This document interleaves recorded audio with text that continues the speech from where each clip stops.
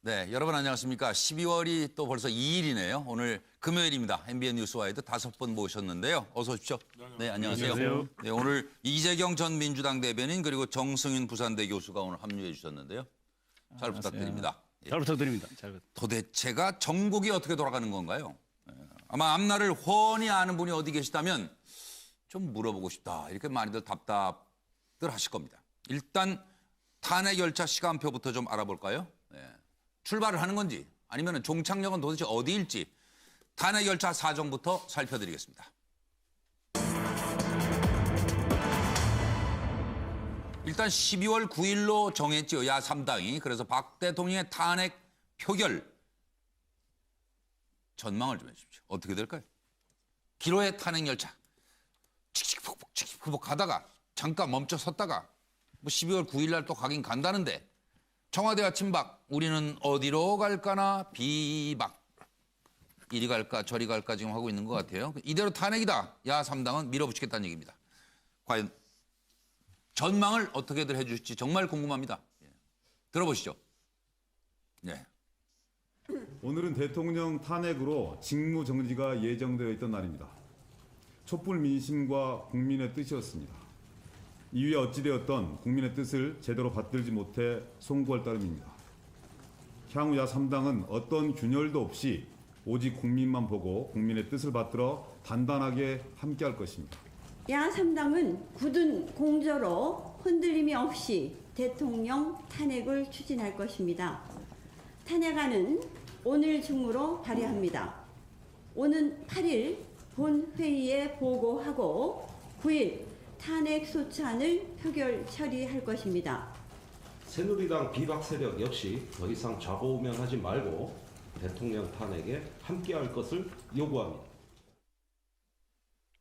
네, 차례로 송권본부장님의 전망부터 들어보겠습니다. 네, 일단 오늘 본회의 본회의 끝나는 8시에 본회의 개의를 하는데 예, 그 이후에 예. 그 이후에 발의를 하기로 했거든요. 야3당이. 예. 왜 그러냐면 그 이전에 발의를 하면은 네. 자동적으로 다음 본회의에 상정이 돼 버립니다. 네, 그러면 24시간 이후 72시간 이내에 투표를 해야 되니까 5일까지 예. 투표를 해야 돼요. 맞아요. 그러니까 그 본회의가 끝나는 시간에 하면은 예. 12월 8일 날 본회의에 상정이 되고 네. 9일 날 투표를 하게 되거든요. 예, 예. 뭐 그런 수순으로 아직 그 발의는 안 한 상태인데 네. 8시 이후에 발의를 할 건데 예. 이 탄핵 투표가 어떻게 될 것이냐. 일단 12월 7일 오후 6시 예. 그 새누리당 비주류에서 시한으로 정해놓은 시점이죠. 예, 예. 그 시점까지 몇 가지 변곡점이 있을 겁니다. 네. 일단은 그 비주류나 새누리당 지도부와 박근혜 대통령이 만난다고 하죠. 예. 요새 비주류들이 좀 벼르고 있습니다. 뭐 조금 이따 제가 말씀을 드릴 텐데. 네, 예. 그리고 그 변곡점이 있고 그다음에 또 다음 주 초에 기자회견, 예. 기자회견이나 또는 뭐 편집국장단이나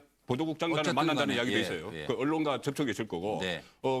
그리고 박근혜 대통령이 선택하는 데 따라서 만약에 지금 예상으로는 그 비주류의 건의를 받아들일 것 같은데 예. 그렇게 되더라도 국민의당은 좀 선택이 지금 아직까지 정확히 없어요. 네. 어떻게 할지 모르는데 민주당은 강행을 한다는 거거든요. 예, 예. 강행을 하면은 네. 이 상태로 그 박근혜 대통령이 로드맵을 내놓고 나서 투표를 하면은 네. 부결될 가능성이 높습니다. 그렇죠. 예. 예. 그런데 민주당 입장에서는 부결이 되더라도 강행을 하는 이유가 예. 일단은 뭐 가결이 되면은 좋고 탄핵이 됐으니까는 부결이 되더라도 그 책임이 전부 새누리당한테 가게 되죠. 그리고 대통령의 선택은 그럼 바꿀 수 없는 거예요? 일단 4월로 그 뭐 한다고. 임기를 한다고 뭐 4월까지 한다든지 그- 이런 말씀을 해놓으면 그걸 어떻게 바꿉니까? 그거 바꾸면은 그거는 뭐 큰일이 나는 거죠. 지금도 뭐 도저히 촛불이 이런데 불가능하다. 그때 그것이 생명을 조금 연장하는 것뿐이지 그거는 엄청난 그 폭풍이 역풍을 가져옵니다. 폭풍을 맞을 거는 그렇게는 안 될 거고 예. 어쨌든 그 탄핵은 그런 시도가 될 것 같아요. 그렇네요. 같은 얘기네요, 뭐. 그러니까 부결. 부결돼도 각이 갈 것 아니, 같은데 부결. 그러면? 부결인- 아, 결과를 전망 부결. 전망은 부결인데. 저도 부결로 아니 그러니까 이거를 대통령이 로드맵을 제시하고 탄핵에 들어갔을 때죠. 그렇죠. 변수가 있다 이거죠. 그러니까 네.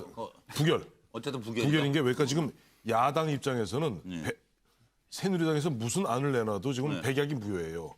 예를 들어서 박근혜 대통령이 어떤 안을 내놓지 않습니까? 네. 그걸 갖다 협상에 들어가는 순간 바깥에 있는 장외에 있는 촛불 민심들이 민주당을 향해서 욕을 합니다.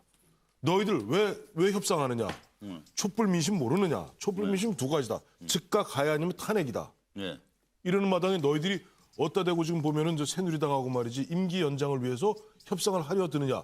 공격을 하게 돼 있어요. 그렇기 그러니까 때문에 대통령이 즉각 하야 카드를 꺼낼 리는 없고 그게 없으니까 그렇지 않으면 그러면 자, 협상 테이블에 지금 못 민주당 간다. 입장에서는 어쨌든 죽던 살던 간에 끝까지 발의를 했으니까 예. 어떤 표결에 붙이고 아까 말씀하신 대로 부결이 되더라도 그것은 야당의 잘못이 아니라고 좀 얘기할 겁니다. 네, 그건 그렇겠죠. 새누리당에 특히 보면 왔다 갔다 했던 이른바 비박들, 비박. 네. 비주류의 책임이다라고 얘기하면서 만약에 부결되면 그 다음 날 12월 10일 그날이 보면 이번에는 내일 있을 예. 제 6차는 조금 이런 거죠.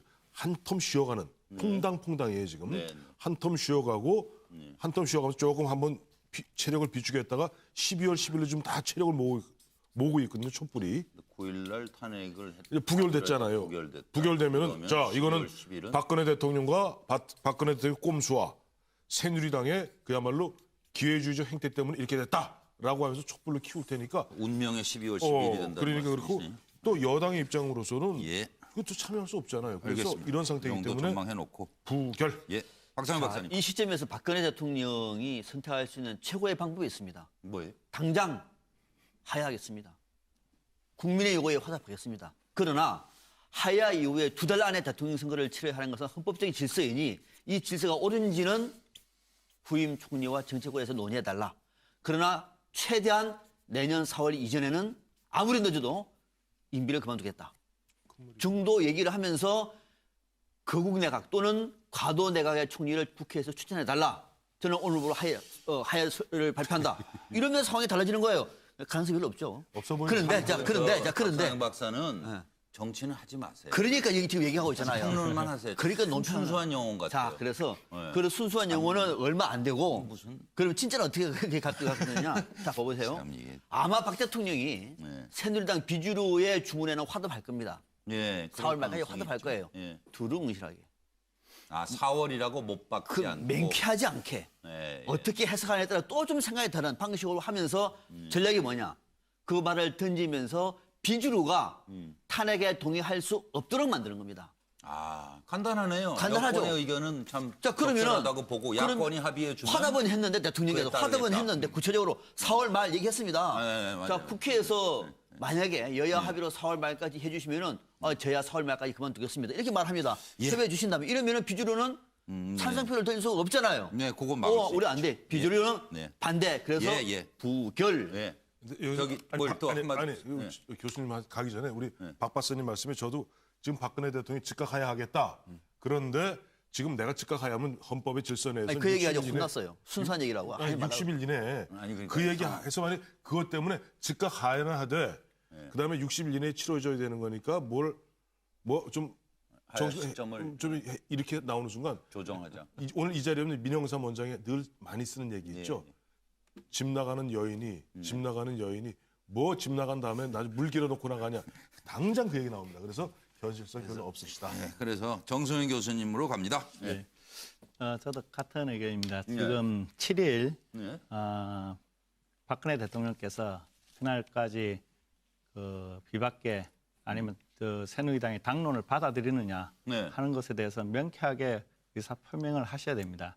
만약에 거기서 받아들이지 않고 침묵을 하시면은 예. 아마 새누리당 전체 비박이든 친박이든 전부 표결에 참여해서 아마 탄핵을 결정할 겁니다. 그것은 정진석 의원이 반드시 뭐 전부 사퇴해야 된다 이런 말도 했던 거 보면은 반드시 일정에 대해서 침묵을 하게 되면은 친박도 아마 저는 참여해서 탄핵에 가결하지 않을까 하는 생각을 합니다. 그래서 결국 박근혜 대통령께서 7일 전에 하야 일정에 대해서 답변을 할 것이다. 저는 그렇게 생각하고 만약 답변을 하시더라도 지금 유승민 의원 같은 경우에는 그래도 탄핵에 참여하겠다 하고 있습니다. 그래서 그런 경우라도 반드시 뭐 새누리당 의원이 전체가 그 비박계 같은 경우 반드시 뭐 탄핵을 해서는 안 된다. 뭐 이렇게 입장을 표명하고 있지 않기 때문에 사실 그렇긴 해요. 조금 더 지켜봐야 결론이 나지 않을까. 그래서 저는 뭐 알 수 없다. 네, 그렇네요. 이재경 전 대변인. 예, 뭐 앞서 네 분이 대부분 다 뭐 부결을 전망하시는데 사실 이게 한국 같은 소용돌이 정치에서 뭐 전망을 한다는 게 상당히 어렵지 않습니까? 이게 예측 불가능한 특징이 한국 정치의 전형인데 그래서 소용돌이 정치라고 각자 그러죠. 모르죠. 뭐 내일을 모르니까. 그래서 좀 깝깝해서 이게 지금 전망이라고 나왔는데 저는 네. 사실 전망 속에는 희망을 좀 섞어가지고 네. 희망 섞인 전망으로 좀 턱걸이로 가결할 거다 이렇게 좀 전망을 해봤습니다. 네. 왜냐하면 네. 그 박근혜 대통령이 본인의 퇴진 시점에 대해서 뭐 언급할 거라고 뭐 전망하는데 저도 동의를 하고요. 뭐 그렇게 얘기할 거라고 봅니다. 예.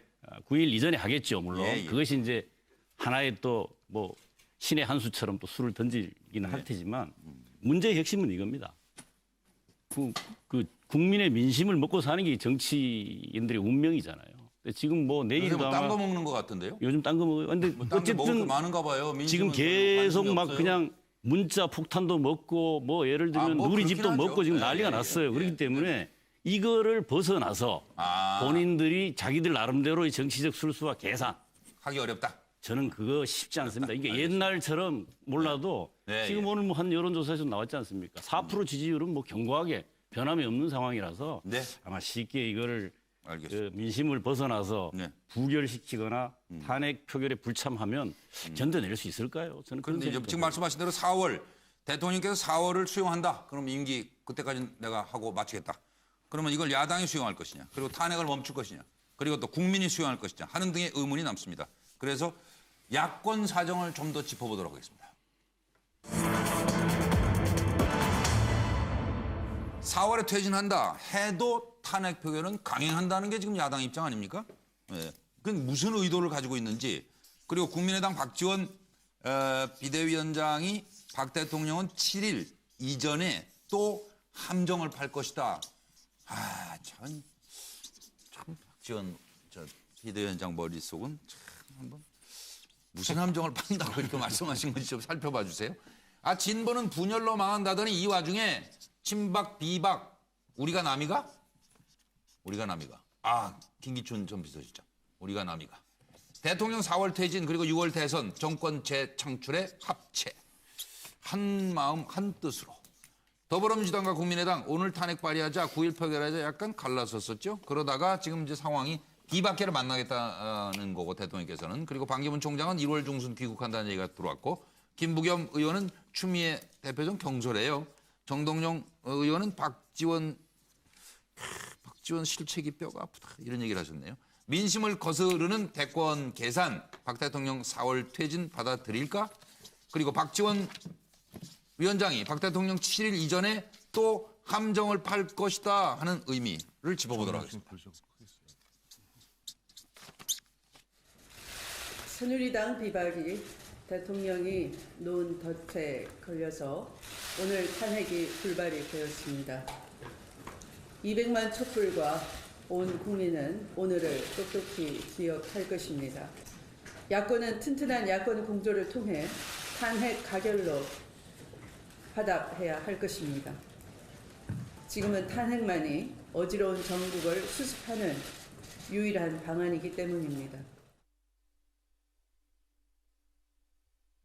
이후 야를 막론하고 야권 균열의 모습을 보인 것에 대해서 우리 국민의당을 대표해서 죄송하다는 사과의 말씀을 올립니다. 어떠한 경우에도 우리 국민의당은 새 야당 야권 공조를 통해서 이번 박근혜 대통령의 탄핵안이 국회에서 꼭 가결되도록 노력하겠습니다. 4월 퇴진 선언이 이제 나올까 말까 뭐 얘기하셨는데 저 이재경 전 대변인부터 좀 답변 주세요. 야당은 탄핵 표결하겠다는 거죠? 예, 왜 그런 탄핵 겁니까? 표결. 네. 근데 다른 길이 없다고 볼 수밖에 없습니다. 뭐 지금 야당이 다른 선택을 할 방법이 없지 않겠습니까? 아, 4월 퇴진하신다는데 뭐 그럼 그대로 따르면 그 되죠. 퇴진이라는 게요. 사실 저희가 조금 생각을 해봐야 될 문제가 예, 뭐, 이게 이제 어떤 정치 행위도 초헌법적인 행위가 있을 수는 없습니다. 이 네. 대통령이 국회에 넘긴 것도 무책임한 일이지만 또 국회가 퇴진 시점을 정치적으로 합의해서 결정할 수는 없는 겁니다. 예, 그럼 법이 허용하지 않는 걸 자꾸 하라고 강요하는 거고 예, 맞습니다. 국회가 할 방법은 딱 한 가지입니다. 네, 탄핵 이외엔 길이 없습니다. 네, 네. 그렇게 하겠다고 국민한테 약속했고 예, 그리고 그것 때문에 우왕좌왕 어제 했지 않습니까? 그래서 예. 얼마나 몰매를 맞았습니까? 예. 정신 차려야죠. 부결이든 여기서 가결이든 일단 뭐 탄핵은 방법이 가야 없는 된다. 거죠. 예, 이 열차를 멈추면 네. 그 순간 촛불은 네. 야당을 포함한 정치권 여의도를 쓰나미처럼 전체로 횃불이 될 덮쳐버릴 것이다. 예. 예, 총권 본부장님. 그러니까 탄핵으로 갈 수뿐이 없는데 그런데 두 야당 정의당은 어떤 민주당과 같은 입장이죠. 그 더불어민주당과 국민의당의 이 어떤 목적, 이 논리가 좀 다른 것 같아요. 민주당 같은 경우는 그 대선 논리죠. 이게 아까도 말씀드렸듯이 만약에 가서 부결이 돼도 그 정치적으로는 그 불리할 게 없다. 이게 완전히 새누리당에 대한 그 비판으로 몰아치기 때문에. 그렇죠. 지금 안 그래도 내일 그 촛불 집회하는데 내일 오후 2시에 새누리당 주변에서 그 새누리당 포위를 하기로 했습니다. 촛불 집회 참여자들. 여의도 새누리당. 예, 여의도 새누리당을. 그러니까 벌써부터 이런데 만약에 부결이 되면은 새누리당에 대한 그 촛불이 새누리당으로 다 향하게 되죠. 그렇게 되면은 다음 대선에서 절대 불리할 게 없습니다. 그 이후에 뭐 하야를 계속 퇴진 운동을 해도 되고 민주당 입장에서는 그렇다면 불리할 게 없기 때문에 강행을 하는 것이고 국민의당은 좀 어정쩡한 입장이죠. 그러니까는 그 민주당이 2일 하는데 9일 했다가 엄청나게 여론의 비판을 맞고 그러니까 홈페이지 뭐 다운까지 되고 이분들 엄청난 비판을 맞으니까 민심을 쫓아서 5일 또 했었죠. 5일 했다가 오늘 그것도 그 없어지고 결국 9일 하게 되는데 국민의당 입장에서는 만약에 그 이게서 부결이 돼도 부결이 되면 그 여론의 새누리당에 대한 여론 욕풍 이것을 가시를 따먹는 것은 민주당이다. 그러니까. 국민의당에는 별로 올 게 없어요. 그런데 다만 민심에 쫓아서 9일에 투표를 안 할 수가 없는 거죠. 황태순 평론가로. 뭐 저 두 분 말씀하고 거의 비슷한 얘기인데요. 저 광장 민심은 저 이른바 이제 자신들이 얘기하는 최순실 부역 세력인 박근혜 대통령과 새누리당 물러가라 이루가 아닙니까? 그런 상황 즉각 하야. 그게 안 되면 탄핵 얘기하는데 뭐 그밖에 더 있겠습니까? 협상 안 되거든요. 그 야당 입장에서는 뭐 말씀하신 대로 꽃놀이패죠.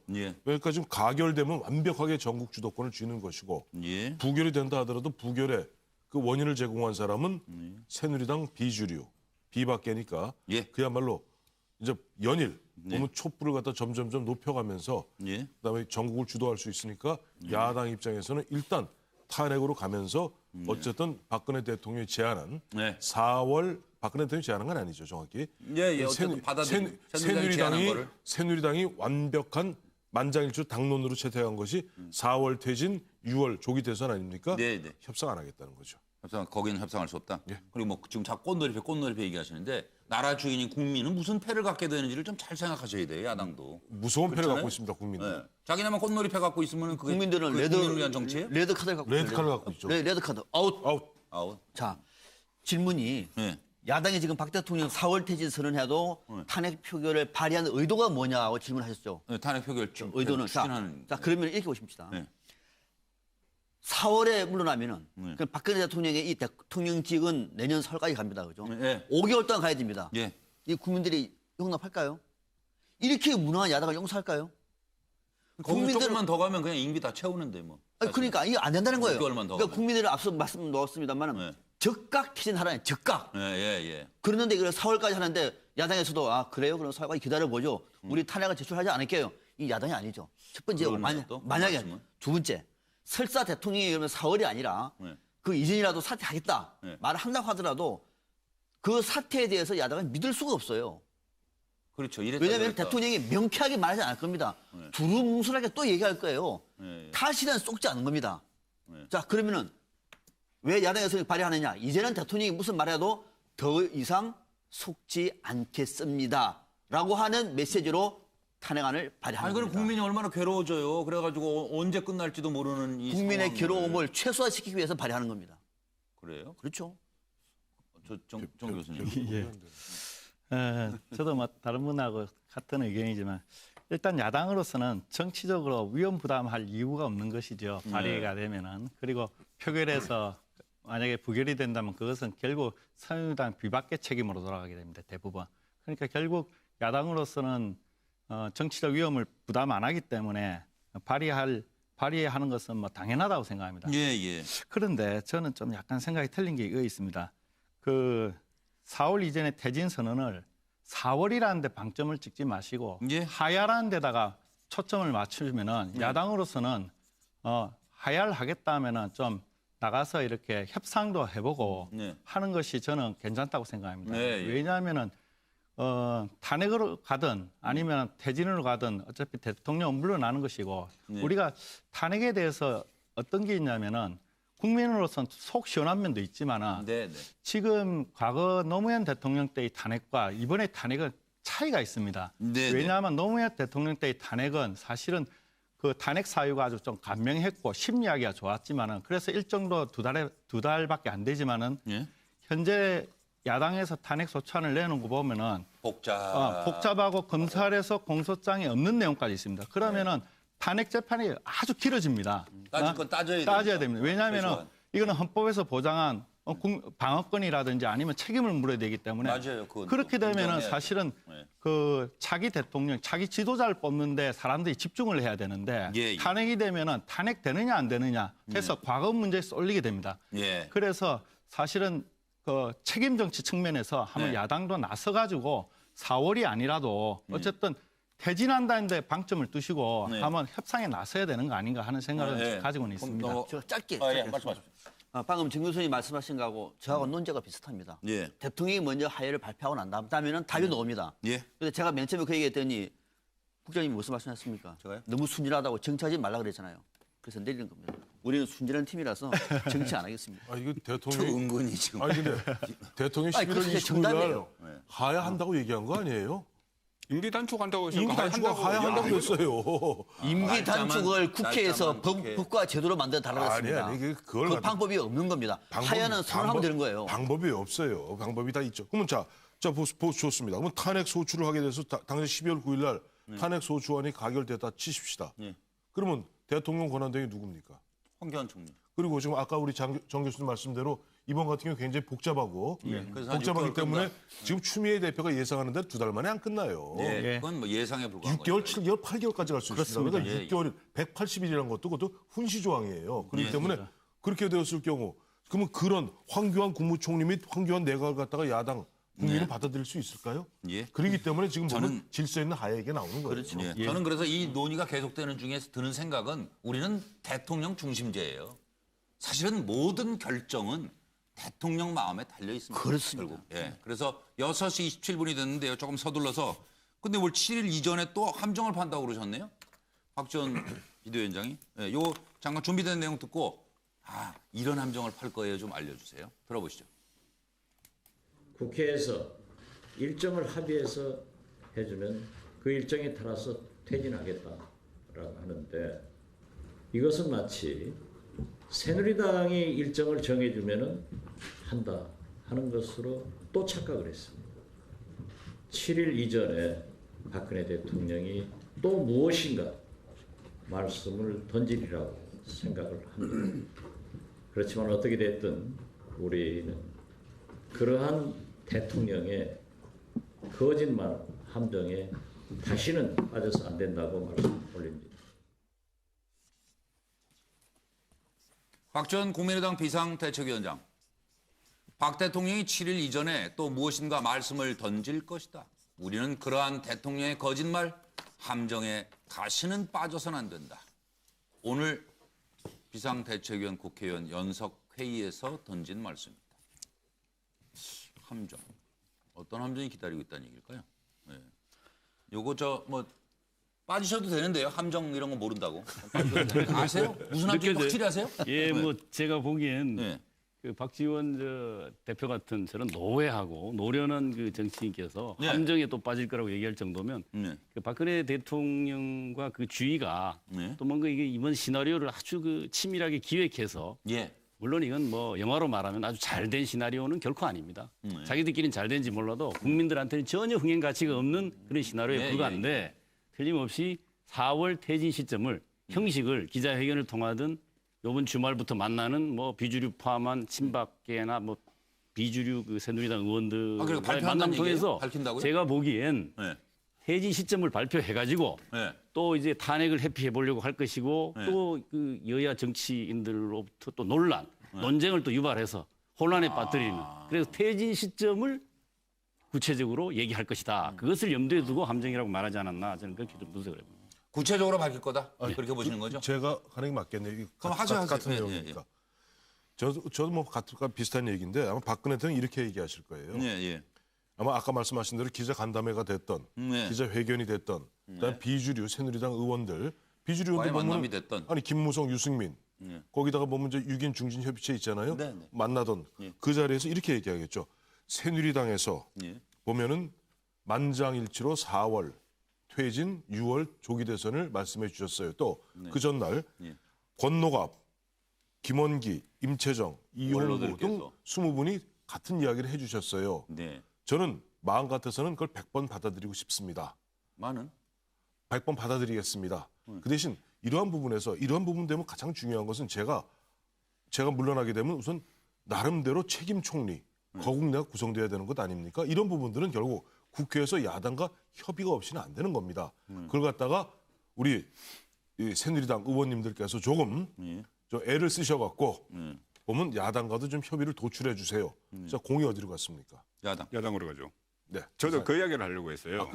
예, 이거 일단 4월은 받아들이죠. 받아들이는데 그 박근혜 대통령이 지금 보면은 그때 임시방편으로 막는 전략을 계속 써왔어요. 예, 예. 그러니까 1차, 2차, 3차 뭐 대국민 담화도 그렇고 이번에도 그 로드맵을 내놓지 않고 그냥 나 퇴진하겠다고 하고 그래서 국회에다 공을 던졌죠. 그리고 다시 이렇게 또 비주류하고 주류가 같이 당론으로 정해서 4월까지 딱 이야기했죠. 이까지 했는데 예. 이번에 다시 이것을 그 입장을 7일 이전에 발표할 때도 이번에는 또 그 총리 문제를 갖고 나올 가능성이 큽니다. 아, 그러니까. 예, 그러니까 그 또 4월까지 총리 문제를 그러면은 던진단 말이죠. 4월까지 국회를 누가 운영할 거냐? 예. 국정을 누가 운영할 거냐? 예. 이 부분이 또 중요하거든요. 예. 그렇게 되면은 지금 한교안 체제로 간다는 말은 안 하겠죠. 아니면은 또 대통령 본인이 4월까지 뭐 국정을 한다는 말도 할 수 없을 테고. 예. 그렇다면은 야당에 그 전에 정세균 의장에게 제의한 게 있습니다. 예. 총리를 좀 야당이 협의해서 좀 예. 뽑아달라. 예. 그렇게 하면 처음에는 국회로 던졌지만은 이번에는 야당을 딱 겨냥해서 던지는 것이죠. 그러니까 이선우 얘기 나올까요, 안 나올까요? 이선 후퇴라는 이 용어보다는 예. 총리 국무총리, 문제를 하면서 국무총리를 얘기하면 이선 문제를 후퇴라고 하면서 해버려요. 그것을 이선 후퇴로 해석을 하겠죠. 그런데 그 지금 총리에 대한 권한 그런 부분도 또 있고 하여튼 복잡하기 때문에 이것도 임시방편 전략의 또 한 단계로 총리 카드를 야당에 던져놓으면은 야당이 합의를 못하죠. 또 우왕좌왕. 해 넘어가겠네요. 이러다가 이렇게 애매하게 제가 하시면 받을까요? 정말 국민 피곤합니다. 제가 봐도 되겠습니다. 네, 그럼요. 박지원 국민의당 비대위원장이 7일 이전에 12월 7일 이전에 박근혜 대통령이 또 뭔가 던질 것이다. 우리는 다시는 이 함정에 빠져서는 안 된다. 이 함정이 뭐냐? 딱 이겁니다. 여야 합의로 4월 퇴진해 달라고 합의를 해주시면은 그 합의를 따르겠습니다. 네. 딱 던지는 겁니다. 네. 4월에 퇴진한다 그랬잖아요. 여당도 그렇고 중진도 다 얘기했습니다. 딱 그러면 어떤 생각이 생기느냐? 새누리당 비주류 같은 경우에는 자, 드디어 우리 따랐다. 굳이 탄핵할 필요가 없다. 야권은 무슨 얘기가 설까지 안 돼. 우리 탄핵할 거야. 그럼 하려면 해. 그럼 탄핵이 됩니까? 부결. 안 되잖아요. 안 되는 겁니다. 자, 이렇게 될 경우에는 뭐냐면 결국은 여야가 4월 퇴진하고 싸우면서 박 대통령의 퇴진은 사실상 탄핵은 무산돼 버리는 것이죠. 이렇게 되면은 국민들 촛불 바람은 다시 또 일어나겠죠. 이 촛불이 어쩌면 이번에는 또 야당을 휩쓸 수도 있어요. 야당을. 무능한 야당. 더 크게 뭐냐면은 대안도 제시하지 못하는 이 야당을 믿겠느냐? 그 촛불더러 저 광화문 갔다가 여의도 갔다가 뭐 왔다 갔다 하라는 촛불이 얘기. 힘든 거예요. 그래서 그러니까 이렇게 힘들게 만드세요. 박근혜 대통령 아마 그 수를 노릴 이게 것이다. 정치예요, 이게. 그 수를 노려서 여야 합의로 4월 퇴진 따르겠습니다라고 하는 함정을 팔 가능성이 제일 높다. 이렇게 봅니다. 그거 알면 어떻게 함정을 좀 막아보세요. 박지원 위원장님도 좀 어떻게. 저이 방송을 보면 한번 만들어낼 거예요. 그러니까 이게 참 답. 3차 담화 이후에도 박지원 위원장이 함정에 빠질 수 있다 했는데 실제 함정에 빠졌지 않습니까? 아, 그러니까 함정에 빠지는 거는 우리도 알겠고요. 그래서 저도 앞에 이야기했지만 보수들께서 7일 날 그 박근혜 대통령이 저는 그 새누리 당론을 받을 수밖에 없다. 그것을 박지원 대표께서 읽은 아마 그 새로운 함정이라 이렇게 표현하셨는지는 모르겠습니다. 저는 그분의 속을 모르니까. 어쨌든 저는 아마 받을 것이다. 그 이야기를 아마 하신 거 아닌가 하는 생각도 듭니다. 박지원 의원 속은 저희도 몰라요. 사실은 교수님만 모르는 게 아니라. 아니 그나저나 지금도 좀 말씀드리고 그러니까 대통령께서는 네 반만 받겠어요 이렇게 하고 나머지 반 갖다 주세요. 6시 35분이 되고 있습니다. MBN 뉴스와이드 보고 계시고요. 이제 다음 새누리당 얘기 역시 집권 여당답죠. 자, 여당은 한 목소리로 4월 퇴진을 주장하고 있습니다. 왜 그럴까요? 그리고 이제 비박들과의 면담 추진설이 있는데 만나면 무슨 얘기를 할까? 네, 그런 얘기들을 좀 해보겠습니다. 비박도 박 대통령의 최후 통첩, 입씨름만 계속. 친박은 탄핵을 하면 지금 지도부도 사퇴하지 않는다. 비박, 대통령을 탄핵해야 찬성 의원 더 늘어날 것. 탄핵으로 가자. 그러다가 서청원 등 친박 핵심이 명예로운 퇴진을 건의하면서 여야 합의가 안 되면 탄핵을 해야 되는 거 아닌가? 이렇게 바뀌면서 4월 퇴진 6월 선거가 합리적 당론으로 만장일치 채택했다 얘기가 들렸죠. 정진석 원내대표 4월 퇴진 안 하면 배지를 떼야 된다. 김무성 야 5일 표결 그렇게는 안 해. 청와대 관계자 당 지도부와 비주류 중진의 면담을 추진 중이다. 그리고 비상시국위 새누리당 7일 오후 6시까지 퇴진 시점을 밝혀주세요. 네, 이런 상황이 좀 돌아오고 있습니다. 들어보시죠. 저희 당이 당론으로 채택한 4월 퇴진, 6월 조기 대선이 가장 합리적인 결정이라고 생각을 하고 국민들이 믿지 않는다고 합니다. 만일 국회에서 4월 퇴진을 결정했는데 대통령이 이를 지키지 않으면 어떡하냐? 국회의 결정을 대통령이 지키지 않는다? 스스로 하야하지 않는다? 4월 달에? 그럼 우리 어떻게 해야 되죠? 우리 새누리당 의원 전원이 의원직 사퇴를 각오해야 할 것입니다. 이것도 간단하게 박상현 박사부터 시작해 주세요. 네. 네. 새누리당이 4월 날짜를 딱 박아서 4월 30일 날까지 해달라 얘기하고 있습니다. 네. 왜 그럴까? 네. 자, 제일 큰 거는 뭐냐면은 네. 특별검사가 지금 이제 수사에 들어갔습니다. 예. 4개월 꼬박 채우면 3월 말에 끝납니다. 예. 그럼 4월 달까지는 박근혜 대통령이 대통령직을 가지고 특검 수사를 받게 되겠죠. 네. 대통령직을 갖고 수사를 받는 거하고 특검 수사를 받을 때 대통령직이 아닌가하고는 하늘과 땅 차이입니다. 아 그럼요. 비서실이 움직이는데. 특검 수사까지도 대통령직을 갖고 수사를 받겠다라고 하는 의지를 드러내고 있는 것입니다. 네. 4월까지가 가야 됩니다. 두 번째는 4월 달 정도 가야 예. 대통령 선거를 6월에 합니다. 예. 반기문 총장이 오셔가지고 좀 몸 좀 풀고 뭐 세팅을 좀 하고 네. 할 수 있는 게 최소한 몇 개월은 돼야 됩니다. 예. 오자마자 몸도 안 풀었는데 대선 뛰어들면 이거는 바로 스텝이 꼬이는 겁니다. 예. 이 두 가지 측면을 볼 때 예. 최소한 4월 정도가 마무리하면은 네. 6월 정도 하면은 여권도 조금 몸을 추스리고 예. 반기문 아니, 총장도 가능하고 예. 딱 이 타이밍이 좋겠다. 네. 그래서 마지노선으로 4월 말을 주장하고 있는 겁니다. 예. 제가 받을까요? 네, 같은 생각인데요. 예. 우리 박상병 박사님 말씀처럼. 예. 근데 이제 여기 여당이 왜 4월에 퇴진을 주장할까? 이건 뭐 여당은 사실은 4월보다도 더 늦추고 싶은 게 속마음일 거예요. 그러니까요. 시간을 많이 벌고 싶은 거죠. 네, 한 8월쯤. 그리고 시간을 벌어놓고 혹시나 이런 생각을 해보는 거예요. 혹시나 자기들 또 뭐 국제 정세 변화, 뭐 남북 관계 뭐 돌발적인 변수 이런 거 생겨서 자기 지지층이 또 시간을 가지면서 좀 냉각기를 가져가지고 결집을 좀 하지 않을까. 그리고 전열도 좀 한번 월스트리트 다시. 저널도 그 점 지적했어요. 예, 이제 북한의 그런 움직임에 식으로 누가 봐도. 근데 문제는 이런 시나리오는 국민들한테 안 통합니다. 그리고 그러니까 4월은 이번에 국민들 마음속에 너무 깊은 상처가 배어 있기 때문에 제가 예. 보기에는 아무리 잘 짜도 시나리오를 잘 짜도 예. 하루아침에 지금 다 알게 돼버려서 예. 이거 뭐 해도 저는 예. 안 먹힐 거라고 보는데 어쨌든 네. 4월에 하는 이유는 예. 혹시나 그리고 시간 벌기 좀 해가지고 예. 한번 재결집 시켜보자 이런 취지가 아니겠습니까? 다음 질문으로 넘어가요? 그냥 뭐 짧게 말씀하시죠. 저는 뭐 두 가지인데 하나는 지금 말씀하신 것처럼 하나는 보수 결집을 위한 시간 벌기, 예. 보수 그 시간 벌기라는 측면이 있고 아까 말씀하신 것처럼 반기문 총장 1월 중순에 귀국하고 지금은 뭐 그 여당의 대선 후보 거의 없는 상황입니다. 김무성 전 대표 뭐 불출마 선언하고 남경필 지사. 여론조사 보면 뭐한 7명, 8명 넘어가야 여당 후보 하나 나오던데 뭐. 그러니까는 어쨌든 시간을 일단 벌자는 그런 것이 있고 또 하나는 개헌입니다.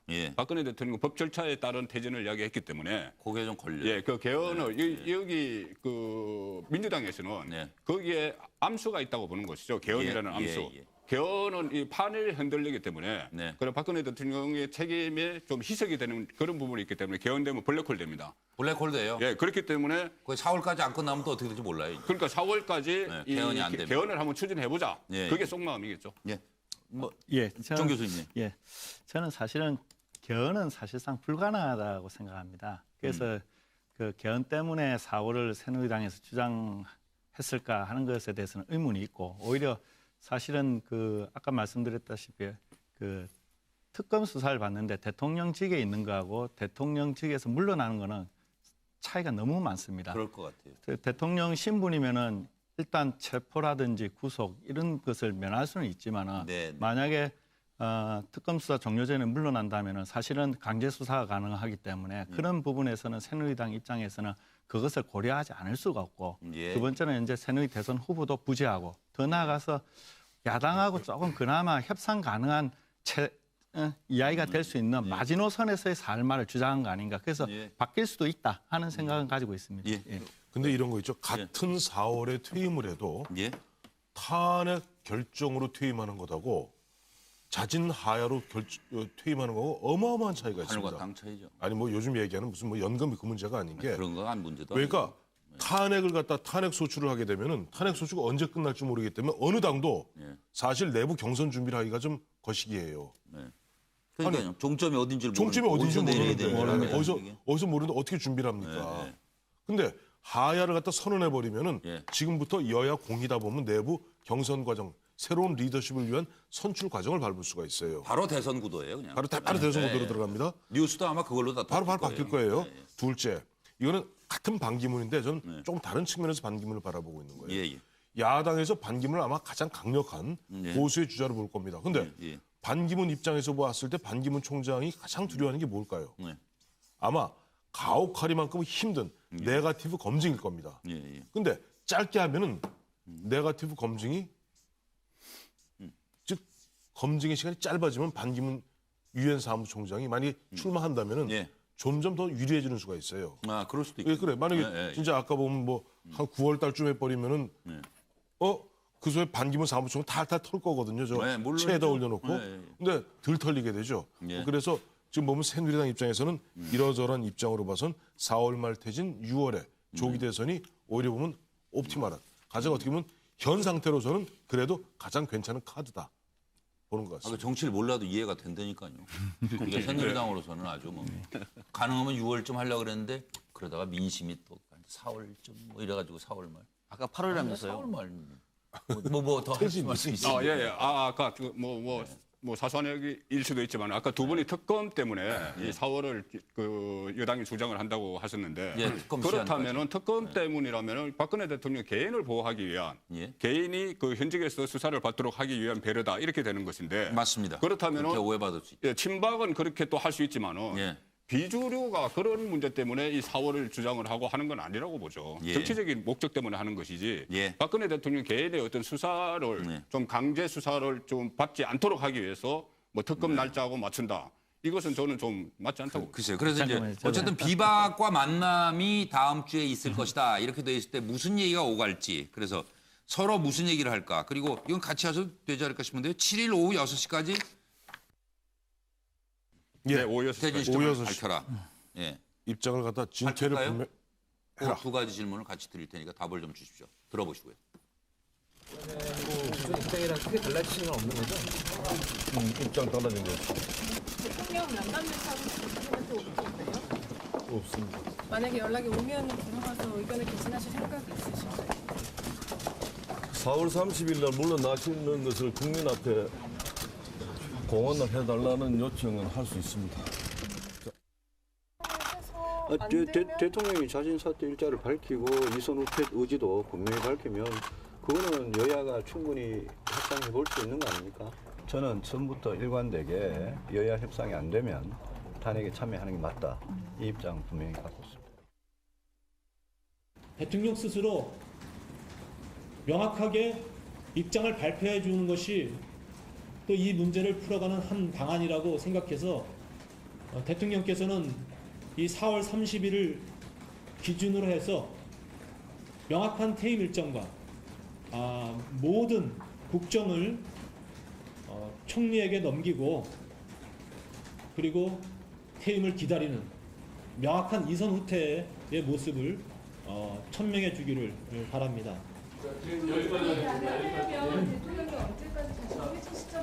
우리 7일날 오후 6시까지 일단 발표달라 이렇게 요구합니다. 네, 이거 정권 부문장님부터 간단한 해법을 주십시오. 청와대 면담, 청와대 면담은 지금 추진하고 있는 거는 맞는 것 같아요. 그 청와대 정무수석이 황영철 의원에게 뭐 이야기를 했다고 그러고 만나서 이야기를 했다고 그러고 김호중 전 대표는 아직 연락은 안 왔는데 만나서 이야기할 필요가 있다는 이야기를 했고요. 그다음에 제가 조금 전에 오기 전에 주호영 의원, 주호영 의원이 그 주류 비주류 6인 중진 회의에 참여하고 있죠. 주호영 의원 입장을 제가 전화로 물어보니까는 그래 그 만날 필요는 있다. 그런데 단지 두 가지가 확실해야 된다. 하나는 대통령의 사퇴 시점, 그러니까 4월 사퇴 시점을 분명히 대통령이 밝혀야 되고 또 하나 중요한 것이 그 기간에 아까 말씀드렸듯이 국정 운영 주체를 누구를 할 것이냐. 그러니까 지금 한교안으로 해서는 안 된다. 총리를 그 국회에서 추천해달라고 이야기해 놓은 게 있으니 그 문제까지 확실히 밝혀야 된다고 비박계가 건의를 할 것이다. 만나게 되면요. 그렇게 했는데 대통령은 그 이 두 부분에 대해서는 화답을 하실 것 같아요. 화답을 할 걸로 본다. 이재경 전 대변인. 네, 뭐 저도 같은 생각이고요. 그 뭐 답을 당연히 아마 하지 않으려면 만날 이유가 없고요. 비박계가 이미 여러 가지 전제를 깔았지 않겠습니까? 뭐 그럼 왜 만나겠습니까? 만나서 그거를 논의를 해서 발표를 할지 저는 뭐 발표할 거라는 걸로 보지만 그거에 대한 건 일단 논의는 퇴진 시점이죠. 그리고 제가 보기엔 4월 말을 아마 구체적으로 얘기하지 않을까 그렇게 좀 전망을 해볼 수 있을 것 같아요. 그리고 총리 문제도 들어갈 걸로 보시고요. 총리 문제는 저는 뭐 그 부분은 핫한 부분이 아니기 때문에 이 점이 정리되고 나면 다음은 아마 확정하면 그 새누리당 내부에서 정치 일정으로 아마 구체적으로 논의를 하고 하면 그런 식으로 하면 포괄적으로 맡기지 않을까 이런 생각이. 아까 그 이제 보면 제가 앞서 질문에서 그랬잖아요. 박근혜도 이렇게 대답할 것이다. 하면서 이제 보면 아까 거국내각 이야기도 했을 것이고 4월 30일 이야기도 하고 그를 위해서 새누리당에서 그다음에 좀 노력을 해달라라는 식으로 야당에다 이제 공을 던질 것이다 했는데 저는 누구랑 만나느냐가 중요하다고 봐요. 중진 이번에 보니까 이번 다 만나지 않아요? 아니 그래서 보면은 김무성 전 대표, 유승민 전 원내대표, 또 6인 중진협의체 이 세 섹터가 굉장히 중요합니다. 굉장히 중요한 게 6인 중진협의체에서는 그야말로 이제 이쪽에는 원유철, 뭐 나경원 등이 다 포함되어 있지 않습니까? 또 김무성 전 대표하고 유승민 전 원내대표 두 분이 미면 차이가 있는 것 같습니다만 사실은 같은 얘기를 하시는 거예요.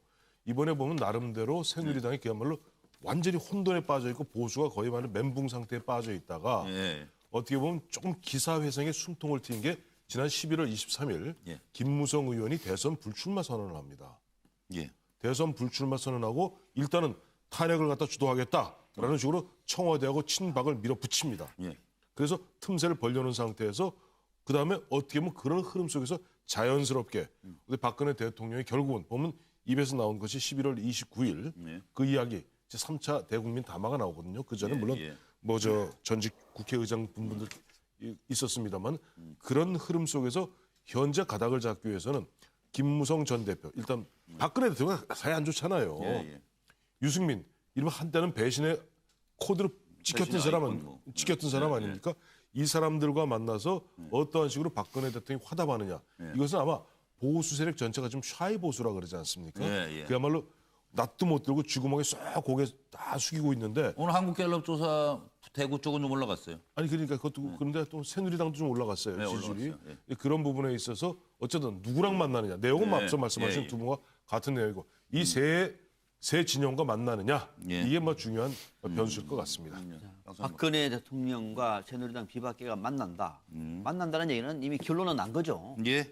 4월 30일까지 하야선언 또는 퇴진선언을 한다는 얘기입니다. 자, 무슨 얘기를 하느냐? 탄핵을 무력화하는 방법. 뭘 얘기를 한 겁니다. 자, 대통령께서도 탄핵을 피하기 위해서 어떻게 하면 될까? 4월 말까지 밝히십시오. 이런 부탁하지 않겠습니까? 그렇게 하겠습니다. 그럼 어떻게 합니까? 우리는 그러면 탄핵 표결에 안 들어가죠. 우리 명분이 있지 않습니까? 그렇네요. 4월 말에 사퇴한다는 얘기 분명히 할 겁니다. 자, 그러면 대국민 성명으로서 어떻게 하느냐? 그 얘기를 명확하게 하지 않는 거죠. 여야가 국회에서 합의해 주면은 국회의 뜻을 따르겠다. 그러면 야권은 이거 합의할 수도 없고 안 할 수도 없고 탄핵에 들어가 본들 비박계는 안 들어올 테고 반대할 테고 바로 그 방법을 지금 비박계와 박근혜 대통령이 만나서 얘기를 하는 겁니다. 그리고 또 하나 퇴진 시점 밝힐까? 밝힙니다. 단 두루뭉술하게. 탄핵 무력화, 야권 무력화 이런 말씀이시네요. 정 교수님.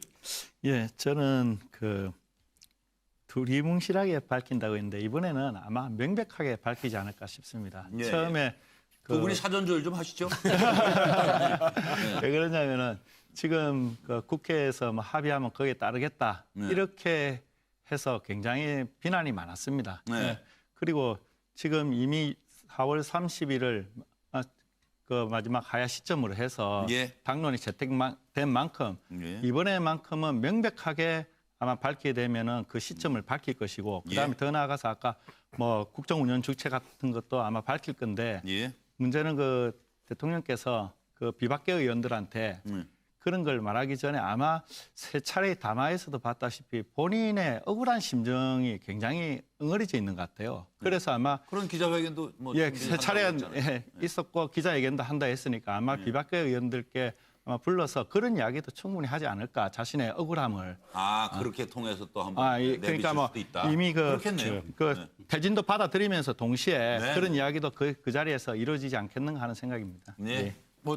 아까 우리 황태순 평론가님이 잘 아마 예상 시나리오 발언한 내용 아마까지 이렇게 아마 예상을 해보셨는데 저도 여기 상당히 공감을 하고요. 근데 저희가 여기서 한 가지 좀 놓치면 안 될 것이 이 비박계하고 이렇게 만나지 않습니까? 새누리당 의원들하고 이건 말입니다. 지난 그 10월 25일 부산 한번 공식적으로 다녀온 이후 어제 뭐 서문시장도 갔는데 되고요. 완전히 정치를 재개한 겁니다. 이게. 만약에 비박계 의원들을 만나서 이런 걸 협의하면 박근혜 대통령이 정치 재개를 한 겁니다. 본격적으로. 현직 대통령의 자리에서. 뭐 그렇게 되는 거죠. 그렇죠. 그러면서 한 달 반 동안의 공백을 완전히 깨는 그런 맞습니다. 신호탄의 의미가 있다는 점. 과연 이래도 되는 건지. 그래서 저희가 알맹이와 내용을 충실하게 이제 점검하다 보니까 이것이 갖는 객관적 의미를 놓쳐버릴 수도 있기 때문에 제가 한번 환기를 시키는 건 그래서 안 될 시켜드리는 건 뭐 건데. 있어요? 대통령이시고. 아니 사실은 할 수 있는 뭐가 자격이 없잖아요. 무슨 자격이 사실 있어요? 국민들이 이미 마음속으로 다 버렸고 탄핵을 그건 했고. 민심일 따름이고. 민심이 없는 그 대통령이 어떻게 그 떠서 대통령직을 할 수 있겠습니까? 그래서 제가 보기에는 이런 부분에서 이런 식으로 계속 대통령으로서의 실제 역할과 의지를 가시적으로 표명하고 표력하면 뚜벅뚜벅. 이런 식으로 나오면 이게 뭐 나중에 보면 결국은 아까 뭐 몇 분들 말씀하셨지만 전부 여의도 정치권으로 다 시선과 그런 걸 다 떠넘기려고 하는 그런 것이 느껴져서 그렇게 좀 염려가 좀 되는 부분이 있습니다. 앞으로는 광화문광장이 아니고 전부 다 여의도에 뭐예요? 두 가지 좀 말씀드릴게요. 어쨌든 박근혜 대통령이 11월 29일 날 임기를 채우지 않고 그만두겠다고 이것은 바꿀 수 없는 사실이에요. 두 번째, 아까 우리 이재용 대변인 말씀대로 결정적으로 저는 그런 측면에서 11월 9일이 아쉽네요. 11월 8일 날 박근혜 대통령이 국회를 찾아왔죠. 사실 항복 문서 들고 온 겁니다. 그래서 국회에서 책임 총리 뽑아주면은 사실상 모든 다 넘겨주겠다. 뭐 나중에 뭐 구체적으로 내치냐 외치냐 따질 거 없어요. 근데 그때 그 다음 날 야 3당 대표 모여서 다 넘겨주겠다고는 안 했었죠. 법률이 정한. 이름 그러면 그게 다 넘겨주고 그러면 다 넘겨주고 그럼 뭐라고 그래? 그러면 하나하나 따져서 그러면 누구 팬들 군 통수권 넘겨주고 뭐 넘겨주고 이렇게 넘겨줍니까? 이른바 헌법의 테두리 내에서 헌법이 정한 국정통할권을 넘겨주겠다고 얘기했지 않습니까? 그건 분명히 했습니다. 했어요. 그러면 그것을 갖다가 사실은 그 당시 야 3당 대표들도 좀 그것을 심사숙고하게 받아들였어야 돼요. 논의를 한번 해봤어야 돼요. 걷어찼지 않습니까? 그러니까 정치가 지금 아까 정치가 민심을 쫓아야 한다고 하셨는데 그건 맞는 이야기죠. 그런데 다만 이 생각해봐야 될 것이 광장 여론은 일단 어떤 책임이 없습니다. 책임 없죠. 물론 뭐 책임 의식은 있지만 어떻게 해야 된다는 그것을 만들 수가 없어요. 책임 어떻게 만들? 법적 책임을 갖지 않는. 그렇죠. 법적 책임도 갖지 않고 그 말씀이시죠. 또 어떤 그 대안을 마련할 수가 없습니다. 대안을 마련할 수가 없기 때문에 그 민심을 그 정치인들의 헤아려서 그 어떤 대안을 마련하고 제도화를 하는 게 정치인이기 때문에 그것을 뭐 민심만 무조건 쫓아가서 그 한다 이것은 조금 좀 안 맞는 것 같아요. 네, 뭐 그 말씀도 일리가 있고요. 제가 이게 보면 걱정이 되는 건 박근혜 대통령의 이제 탄핵 사유 중에 보면 이 국민이 부여한 신뢰, 국민에 대한 신뢰를 배신한 부분들 자꾸 이제 지적도 되거든요. 그러니까 실제로 국민 앞에 선언한 걸 지킬 건가? 이 의심이 듭니다. 왜냐하면 검찰에 수사 받겠다고 검찰 수사 무력화했지 않습니까? 특검 수사도 받을지 지금 불투명하고 믿음이 안 가잖아요. 이분이 지금 말씀하시는 거는 팥으로 팥죽 쓴다 그래도 지금 믿을까 말까 이런 정도의 상황이 돼버렸기 때문에 이렇게 만약에 시점을 밝혀놓고도 번의를 할 수가 있습니다. 지금 벌써 아니 지난번에 1시간이 다 우리 역사에서 실제로 대통령 중에 한 분이 하야 선언을 했다가 물론 하루 만이긴 합니다만 번의를 하신 예도 있습니다.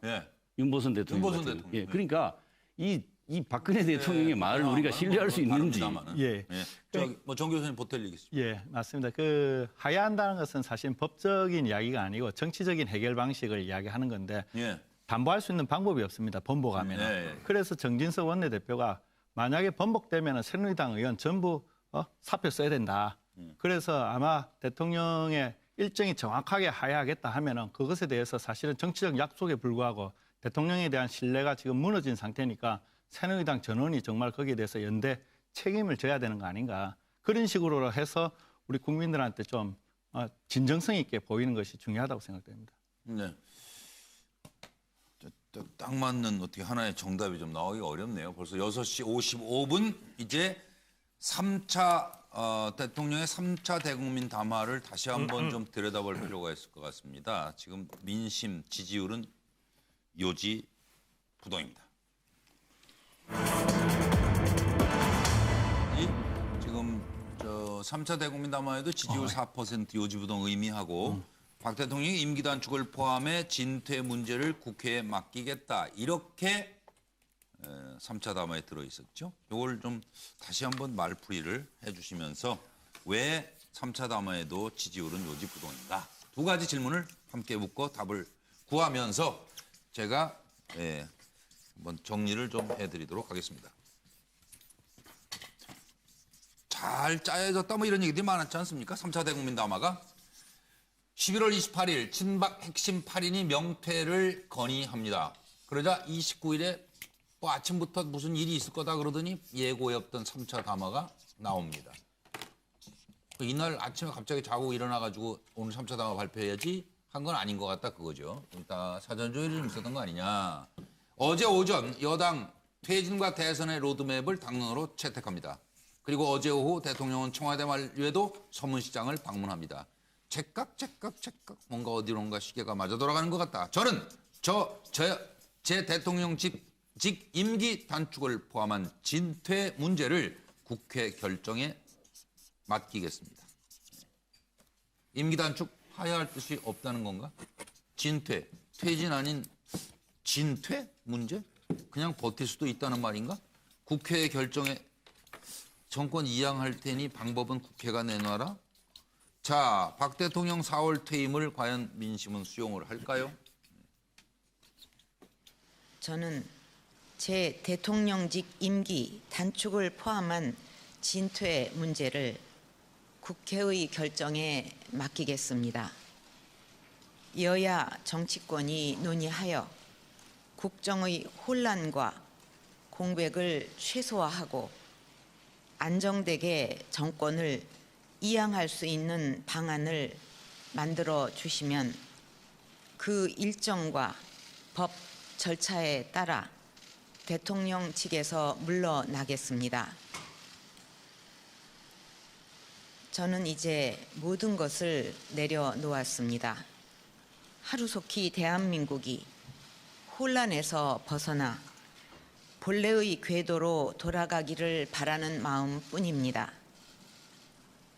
다시 한번 국민 여러분께 진심으로 죄송하다는 말씀을 드리며 대한민국의 희망찬 미래를 위해 정치권에서도 지혜를 모아주실 것을 호소드립니다. 일단 뭐 오늘 한국갤럽 여론조사를 보면 4%로 그냥 그대로네요. 콘크리트죠. 네. 그게 콘크리트는 4% 콘크리트입니다. 그래도 부정 평가는 조금 상황이 좀 2%포인트 내려갔죠. 상황이 좀 좋아졌습니다. 그러니까 같은 4%인데 조금 다릅니다.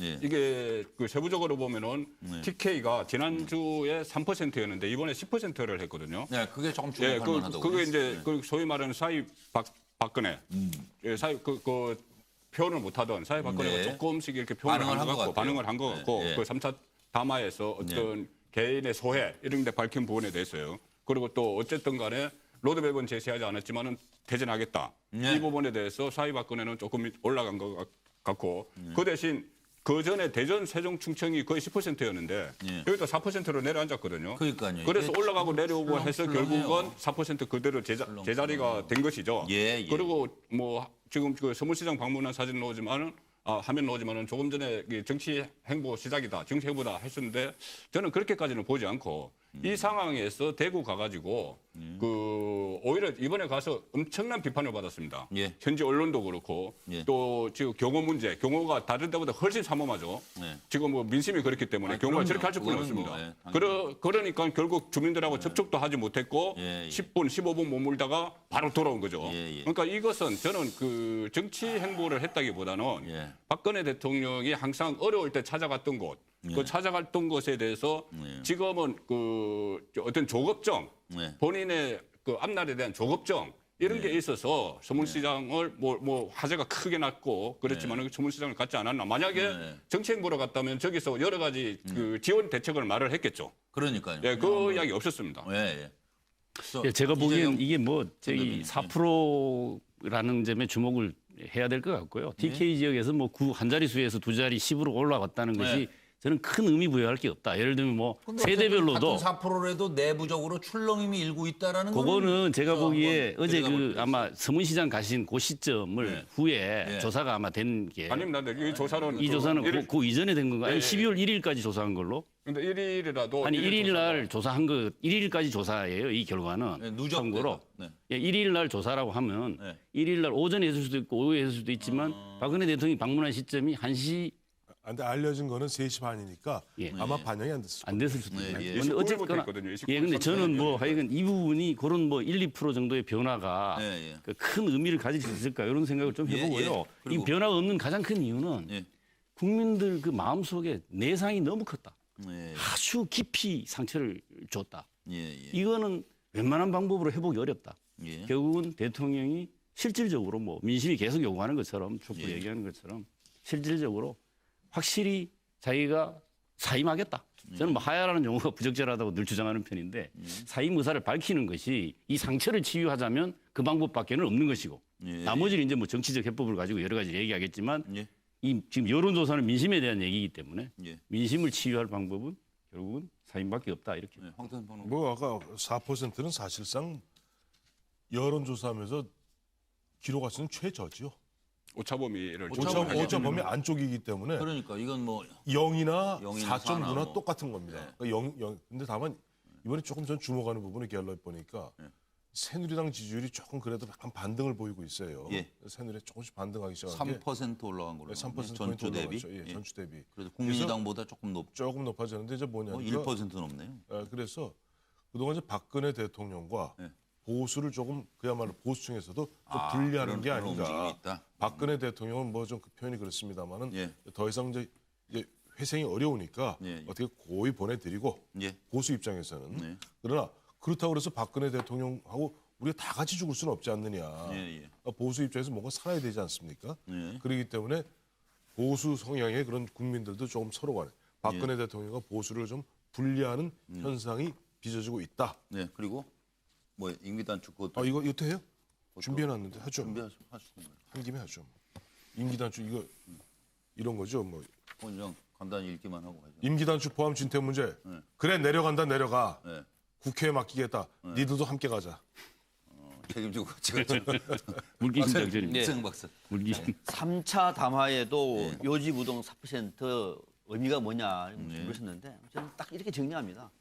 국민은 이미 밑에 잘 안 보이네요. 국민은 이미 떠났다. 떠났습니다. 여기서 뭐 5%가 됐는데 10%가 된 분들 의미가 없다. 신뢰를 잃어버린 대통령은 국정 운영 할 수가 없는 겁니다. 이미 떠났다는 얘기를 확실하게 담보하고 있는 대목이고 또 하나가 말씀풀이는 뭐냐면 이겁니다. 임기 단축 포함 진퇴 문제 국회에 맡기겠다 뭐냐 저는 이렇게 해석을 했습니다. 자, 임기 단축 포함 진퇴 문제 국회에서 할 수 있는 건 개헌밖에 없습니다. 그죠? 탄핵 외에는 개헌 하실래요? 단축 문제니까 국회에 맡기겠습니다. 못할 거요? 그러면은 이대로 저는 가겠습니다. 대통령직 내려놓지 않습니다. 계속 대통령직을 조금은 쉬었다가 할 겁니다. 라고 하는 뜻으로 저는 읽었습니다. 해석이 뭐 좀 그렇네요. 정 교수. 저는 뭐 그 학자에서 그런가 이게 문자 그대로 임기단축이라는 표현을 썼는데 숨은 의도는 있죠. 복심은 사실은 개헌을 통해 가지고 임기단축이라는 것을 하고 싶은 마음은 있었을 거라고 봅니다. 그런데 거기에다가 그런 식으로 쓸 수는 없고 그래서 다의적으로 임기단축 진퇴를 다하는 것은 본인의 마음은 헌법 개정이지만 그래도 탄핵이나 하야를 함축적으로 포함하는 넓은 의미의 개념을 쓰지 않을 수가 없었을 거다.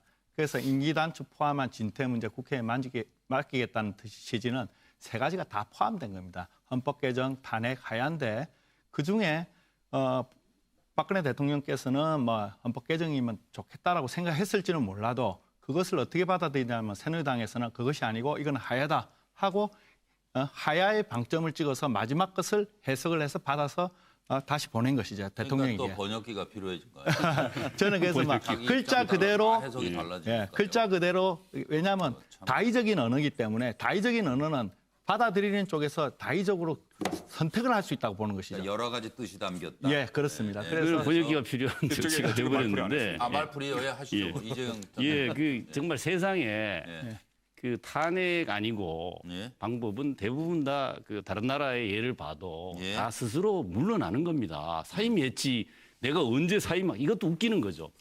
정말 누구 표현처럼 자퇴할 학생이 자기가 자퇴를 언제 할지를 정하고 이거 자체도 사실은 한국 정치 아주 그 회개한 모습이기도 하고요. 그래서 이 행위는 국회에다 떠넘기는 건 자기가 저질러 놓고 국회 너가 한번 처리해봐라. 이 책임 전가의 극치다. 이건 무책임한 행위다. 그리고 국민들 앞에 참 염치 없는 짓이다. 이렇게 좀 풀이를 좀 해보고 싶습니다. 대통령이 왜 그러냐 하면은 국회에 던져놔 보니까는 국회에서 해결을 못 하거든요. 제일 처음에 총리 문제, 책임 총리 문제도 국회에서 해달라 했는데 국회에서 일부의 가치도 없다고 했죠. 일부의 가치도 없다고 했다가 나중에는 또 거기 슬쩍 그 카드를 건들기도 했어요. 그 다음에 저 담화에서 저렇게 국회에다가 거치 문제를 넘기니까는 국회가 또 당장은 일부의 가치도 없다고 했지만은 어쨌든 비주류가 흔들리고 그 민주당과 국민의당 사이에 입당 차이가 나타나고 그러니까 국회가 할 수 있을까? 이 메시지죠. 이 말이죠. 그러니까 답이 없네요. 7시 7분을 향해 가고 있고요. MBN의 뉴스와이드 생방송으로 보고 계십니다. 참으로 묘한 부부다 하는 생각을 지울 수가 없네요. 이혼을 했습니다마는 정윤회, 최순실 부부를 좀 같이 만나보실까요? 네. 지금은 이혼을 했습니다마는 여하튼 그동안의 사연이 정말로 많고도 많습니다.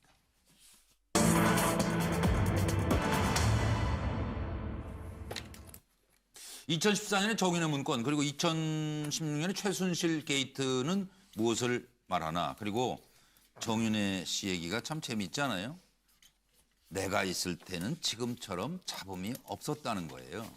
그건 뭘 의미하는지를 좀 여쭤보면서 잠깐 요새 순실증이라는 말씀을 들어보셨나 모르겠습니다. 참 국민들이 이러려고 사나 이러려고 사나 그래서 우울해졌다 그거예요. 그래서 최순실 국정농단 사태로 분노를 넘어서 아주 분노하다 지쳐서 이제 아주 그냥 사는 게 우울하다. 그럼 내가 이거 뭐 아무리 이래봐야 뭐 바뀌는 게 없구나. 무기력하다. 이런 심정에 빠지는 이제 증상. 그렇게 느끼는 거를 신조가 만들어졌다는 거 아니에요. 순실증. 최명기 정신과 전문의 아시겠죠? 최 원장님. 네, 안녕하세요. 네, 순실증 환자 만나보셨어요? 이제 최순실 사태 보면서 좀 화가 나서 그 잠을 잘 못 자겠다거나 이제 뭐 짜증이 난다거나 하는 분들은 사실 상당수 뵐 수 있었고요. 이게 우리가 화가 나면은 화나는 게 빨리빨리 문제를 해결하려고 나는 거잖아요. 응급 상황에서. 네, 맞아요. 근데 이 화가 해결이 안 되다가 보면 자기 자신을 향하게 되거든요. 속병 되는 거죠. 그러다가 보면 이제 그게 이제 스스로한테 화가 나게 되면 그때 이제 우울증도 빠지고 이제 무기력해지고 이제 그렇게 되는 것 같아요. 스스로에게 화가 날 때. 네, 그래서 이제 어떤 분 같은 경우에는 개인적으로 분노가 있었는데 그래도 열심히 하면 잘 살겠거니 하고 스스로 자제하던 분 중에서는 거기다가 요만큼 사회적 상황에 대한 분노가 더해지니까 악화가 되는 분도 계시고요. 그 뭐 간헐성 폭발 장애인가 뭐 그런 거 그냥 막 충동적으로 하는 거. 이제 간헐성 폭발성 장애는 뭔가 이렇게 화가 날 만한 일이 있는데 그게 통상적인 수준에서는 이렇게 화를 내면 안 되는 거예요. 그렇죠. 예를 들어서 길 가다가 누가 툭 건드리면 우리가 화는 낼 수 있겠지만 나도 툭 건드리는 정도까지는 가능한데 길 가는데 누가 툭 건드렸다고 막 이렇게 때리게 되거나 그럼 이제 그때는 그 사소한 자극에 대해서 예상할 수 없는 반응을 보이기 때문에 이제 충동 조절 장애 중에 이제 간헐성 폭발성 장애라고 하고요. 예. 예를 들어서 물론 그 충분히 그 마음은 이해는 가지만 이번에 대검찰청에 포크레인을 몰고 들어간 분 있잖아요. 글쎄요, 그 생각은 나서 지금. 예. 네, 그분 같은 경우에도 이제 물론 이게 화가 날 일이긴 하지만 예. 그 순간에 그 일로 인해서 본인이 받게 될 모든 피해라든가 예. 그런 거를 이제 순간적으로 그 판단하지 못하고 이제 행동하게 되었을 가능성도 있어요. 예. 그러니까 저기 저 촛불 집회에 모시는 분들은 충동 조절이 잘 되는 거죠, 지금. 그래도 촛불 집회라는 현재 어떤 수단이 있으니까요. 아, 그 수단이 되니까. 수단이 있고 또 일주일 동안 화가 나더라도 또 가서 이렇게 나 자신이 무력하지 않다는 걸 이제 확인하면 되는데요. 이제 그분들도 이제 걱정이 이제 탄핵이 통과가 되면 좋은데요. 예.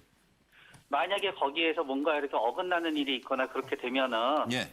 이제 그분들 입장에서는 본인들이 사용할 수 있는 합리적인 도구가 없어진다고 생각하게 되니까 아이고. 아마 더 어찌해야 될 바를 모르게 될 가능성도 있지요. 그래서 이번에 이제 탄핵 소추가 중요한 것 같아요.